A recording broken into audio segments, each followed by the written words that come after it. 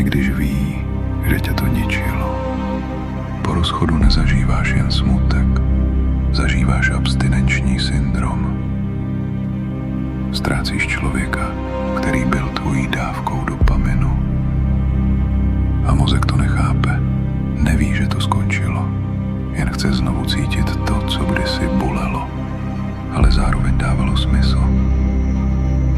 Proto se ti vrací jeho jméno do hlavy, proto se tě o něm zdá, proto se přistěhneš, jak znovu otevíráš jeho profil a čekáš, jestli ti nenapíše.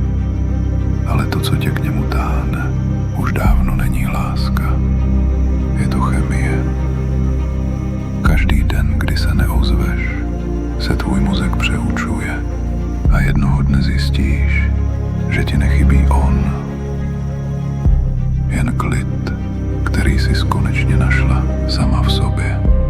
Tvá mysl, odhalená vědou. Mind currency.